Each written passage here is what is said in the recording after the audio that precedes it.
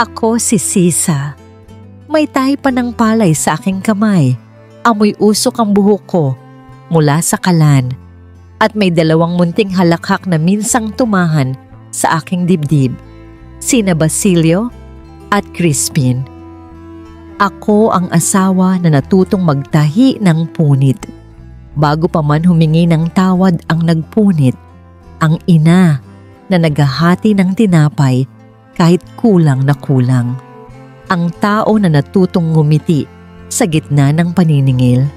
Kung iisa-isahin ang aking mga pangalan, ina, maralita, utang, lunos, isang buo pa rin ang lalabas. Ako ang babaeng hindi isinilang upang sumuko. Ako si Sisa.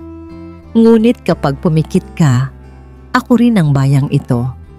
Inang bayan na nilaslas ang laylayan, ginawang basahan ng dangal, at pinaluhod sa sahig ng kumbento at kwartel. May pising tali sa aking baywang na gawa sa buwis, multa at utos. Bawat buhol nito'y pangalan ng may kapangyarihan. Kapag hinihila nila, kumikislot ang kaluluwa ko, at ang pag-iyak ko'y hindi lang sa 2 anak, kundi sa libo-libong anak ng lupa na ninanakawan ng umaga. Basilio, Crispin. Mga pangalan ninyong minsan ay himig sa aking bibig, ngayoy parang pinal na hatol. Sabi nila, may kasalanan ka, Crispin. Sabi nila, utang. Sabi ng kampana, magtiis. Ngunit ang kasalanan ay ipinapasan sa balikat ng bata. Samantalang ang mga kamay na nagnanakaw ay may suot na sutana o may hawak na espada. Ako ang ina. Ngunit ako rin ang maralitang Indyo na sinisingil sa bawat hinga. Sinisino sa bawat yapak, sinusukat ang pananampalataya sa timbang ng limos. Sa mesa ko, ang tinapay ay hinahati sa 3. Para sa iyo, para sa kapatid mo, at para sa takot na laging nauunang kumain. Hindi ako baliw dahil mahina ako. Nabali ang katinuan ko dahil mabigat ang kamay ng katarungang bulag. Ang isip ay parang banga. Kapag paulit-ulit na binato ng pangamba, mabibitak. Bawat tanong na walang sagot mula sa kumbento ay pumupukpok sa gilid nito. Bawat yabag ng Guardia Civil ay latay sa aking sentido. Kaya kung naglalakad man ako nang walang sapin, hindi ito pagkalito. Ito ang penitensya ng bayang pinilit magtiis. Ang alulong ko sa gabi ay salaysay ng mga ina na pinatahimik ng mga anak na kinuha bago pa man sila makapamulaklak. Sino ang pumasok sa bahay ko upang basagin ang katahimikan? Ang bahay ay dapat banal, ngunit ang pinto ko'y inalihan ng mga utos na may selyo ng krus at korona. Ang apoy sa kalan ay hinipan ng malamig na hininga ng kapangyarihan. Ang palay ay tinimbang sa timbangan ng pandaraya. Sa pagitan ng altar at mesa ng opisina, ako ang inihahain. At kapag nagireklamo ako, sasabihan lang akong, magdasal pa? Anong uri ng kabanalan ng walang awa? Anong uri ng panalangin ang tumatakip sa sigaw ng ina? Mga Ginoo sa sutana, mga senyor sa espada, naririnig niyo ba ako? Hindi ako humihingi ng himala, humihingi ako ng tao, ng pandinig na hindi nakabenda, ng mata na hindi piniringan ng takot. Ibalik ninyo ang bata sa ina at ibabalik ng ina ang sarili sa Diyos. Hanggang ngayon, ang hawak ko'y hindi rosaryo, kundi gula-gulanit na damit ng aking anak.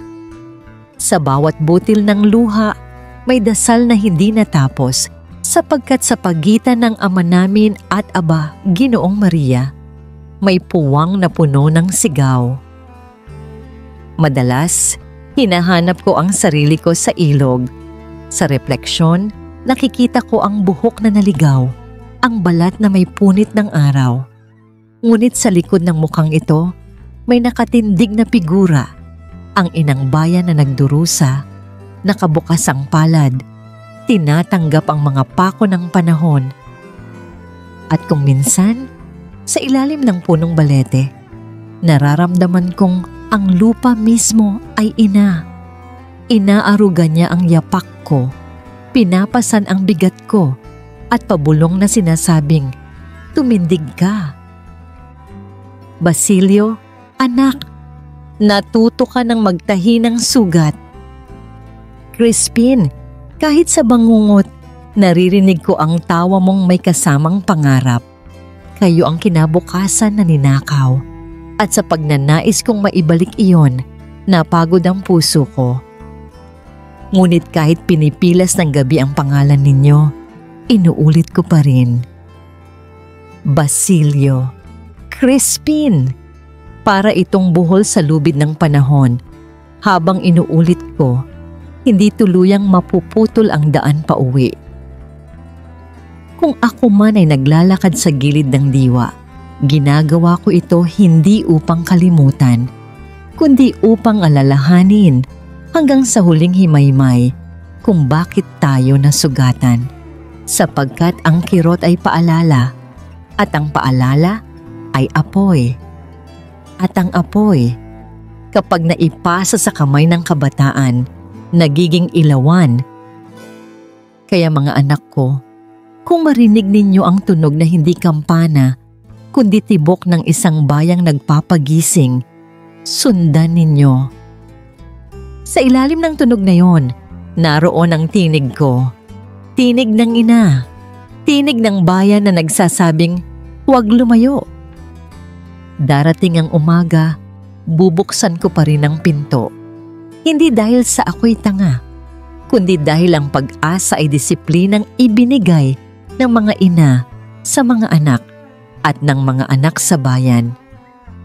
Kapag may kumalabit sa hangin, ipapagpag ko ang alikabok ng aking palda at haharap sa sinumang darating. Anak, kapwa o liwanag. Dahil kahit ilang ulit pa tayong paghiwa-hiwalayin ng krus at korona, alam ko, ang pag-ibig na hindi tinuruan ng takot ay babalik sa kanyang pinagmulan. Kaya naman, kung tatawagin mo akong Sisa, tawagin mo na rin akong Pilipinas. Ang balik ko'y sa inyo, ang dasal ko'y para sa inyo, at ang tinig kong umiigting sa dilim ay panata. Habang may ina na naghihintay, hindi lubusang nawala ang mga anak, at hanggang may bayang umaalalang muli, hindi kailanman magtatagal ang gabi. At kung muling dumilim, bubuksan ko pa rin ang pinto hanggang ang liwanag ang mismong pumasok sa atin.